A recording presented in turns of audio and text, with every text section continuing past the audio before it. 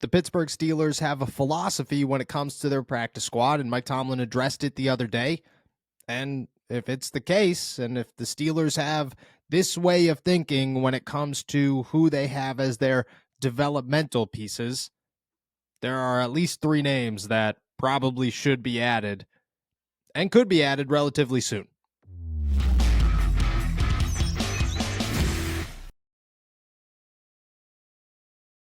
What's going on, everybody? I'm Noah Strackbine. Thank you for jumping on to Steelers To Go, your daily to-go cup of Pittsburgh Steelers news and analysis. Find us on youtube.com/all Steelers talkers. Subscribe anywhere you get your podcast. The Pittsburgh Steelers, well, they've moved on from two practice squad guys. They've cleared up space for additions. Meanwhile, probably going to at least sign one, if not two more practice squad guys to their 53-man roster, and how they go about replacing them just got a whole lot more interesting. The Pittsburgh Steelers, they're looking for replacements at inside linebacker with Quan Alexander tearing his Achilles, Cole Holcomb going down with the knee injury. They are now down to Mark Robinson and Landon Roberts in their inside linebacker room. They have two names that they expect to call up if they do not sign immediately to their 53-man roster. That is Michael Walker, former Atlanta Falcon, who has plenty of starting experience in the NFL. And then Tariq Carpenter, former Georgia Tech safety, undrafted free agent who started his career with the Green Bay Packers, ended up in Pittsburgh after the summer, made the transition to inside linebacker somewhere along the way, and got to make his NFL debut in Week 10 against the Green Bay Packers, going full circle and recording a tackle on a kickoff. Great weekend for the Pittsburgh Steelers and strong options to replace Quan Alexander and Cole Holcomb. But what Mike Tomlin said about his practice squad guys and why he chose to stay in-house when looking for replacements at inside linebacker, well, it was rather interesting. He said, quote, "We've kind of been forward thinking, to be quite honest with you, in the acquisition of some of our players. Some of our practice squad guys are there not because they're developmental players. They're there because they're capable players. They're just readying themselves for an opportunity." That's what you could say about both Walker and Carpenter, and really the Pittsburgh Steelers philosophy as a whole. They've had guys like Anthony Miller in the past who have been on the team for a couple of years, but never made an opportunity or never had an opportunity to get called up to the active roster. But he wasn't a guy, a former second-round pick, who was considered a developmental piece. He was a guy who was considered a worthy veteran that the Pittsburgh Steelers had in their back pocket just in case they needed a wide receiver. And there have been names in the past that follow suit with that, and current names that also follow suit with that. And now that the Pittsburgh Steelers have two openings and are expected to have two more by the end of the week, there are at least three names that fit that philosophy, that if the Pittsburgh Steelers are looking for guys just to not only learn right now and to be familiar with the offense and the defense right now, but to get a glance at these guys and to get a look at them for the future and to get them comfortable in a system where maybe they're thinking a little bit more long-term and thinking more into 2024, well, there are three names that they should highly consider. We'll start on defense. This one just got released yesterday from the New York Jets practice squad. He's 27 years old. He hasn't had too much of an opportunity in the NFL, but in small stints where he has played, well, he's played well. That's Greg James, former New York Jet. Nickelback, could play a little bit of outside, but more of a smaller guy. Has played 2 games this season, started one against the Philadelphia Eagles, allowed just 33% of passes to be completed that were thrown his way in 41, I believe, defensive snaps against a Philadelphia Eagles team that, I mean, the Pittsburgh Steelers played them a year ago, and it got ugly real fast. It was an impressive outing, and James has had a few impressive outings throughout his career. And he's not a guy at 27 years old that you're looking at and saying, this is a piece for the Pittsburgh Steelers, but he's probably the lowest name on this list. I would say probably by far the lowest name on this list that could be an impact player a year from now. I look at him as an opportunity to maybe replace a guy like James Pierre. Think about the Pittsburgh Steelers cornerback situation, and this will lead into guy number 2, but we'll get there. If the Pittsburgh Steelers next season move on from Levi Wallace, maybe Patrick Peterson, I'd say that's a big maybe, but possibly Patrick Peterson. They move on from James Pierre, who's on a 1-year deal. That's 3 guys gone. Chandon Sullivan, you could almost certainly add his name to that list as well. And maybe Elijah Riley, but with his versatility and his capabilities on special teams, I think he's at least got an opportunity to stick around for the summer. The rest of those guys, I think, could be gone in free agency. And the Pittsburgh Steelers are then looking at Joey Porter Jr., Corey Trice Jr., who has yet to play an NFL game, and Darius Rush, who bounced around and now ended up in Pittsburgh and played 1 game, but then was inactive the next, and you don't know what the future holds for that guy. But I think that it kind of all comes full circle there. If the Pittsburgh Steelers add a guy like Greg James, you're looking at 3 very young guys. I'd say Corey Trice is still technically a rookie. 2 other second-year guys, a veteran in James who isn't going to contribute much but can replace a guy like James Pierre, and then you get more of a fresh start, and then you just have to worry about going out and finding a veteran who could be the starter opposite of Joey Porter Jr. if you don't go and land somebody in the NFL draft. And I mean, you ask any draft analysis or any draft expert right now, and the Pittsburgh Steelers will be hunting for a cornerback come April. So at that point, they have a very young room with a new James Pierre, possibly a new nickelback if James is good enough to be on the field full time. That's a great place to be for the Pittsburgh Steelers, a revamped room for a much needed revamped position at cornerback. Makes a ton of sense, which leads me to my second guy, Greedy Williams, who has dealt with injuries and hasn't been super successful in the NFL. I will admit that one. Should have turned out a lot better than he did. But somebody at some point's got to recognize that this guy's only 25 years old and you are not taking a very big risk on him. The risk-reward factor here, huge.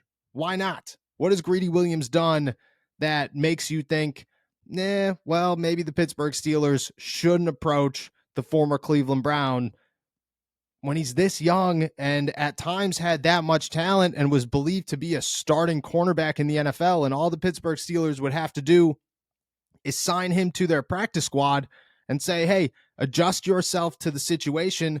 We'll see what happens. Chances are you're not going to get on the field this year, but in a year from now, you are certainly an option to come in here and compete for a roster spot and maybe even a contributing role on this defense. He's that young, and if it doesn't work out, who cares? He's a practice squad guy. Most guys on the practice squad last 2 weeks. Doesn't mean anything. There is zero risk in signing a practice squad guy, but a guy with, some serious upside there in Greedy Williams, who maybe hasn't put it together, but a lot of guys don't put it together on their first NFL team.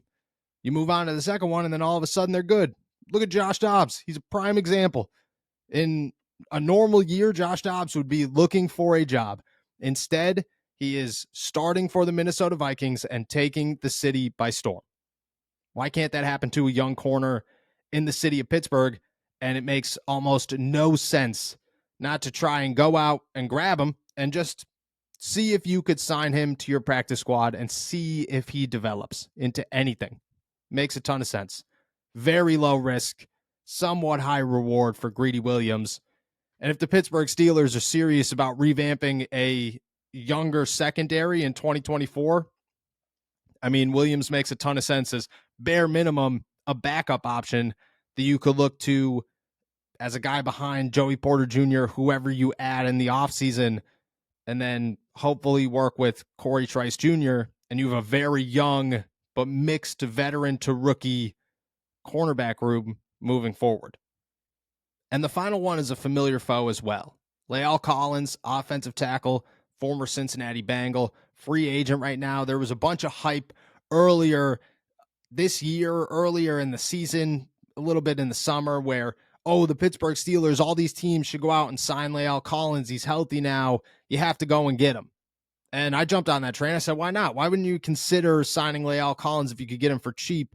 And then the narrative took off that he wasn't going to be cheap and everything faded. And then nobody signed him. He's just chilling, waiting for a job. And at week 11, you're thinking one of two things. If he was a different position, maybe on defense, you'd be thinking, okay, this guy could sign because he's a veteran and he could help a team make that final push for the playoffs and really solidify a defense or a team as a whole.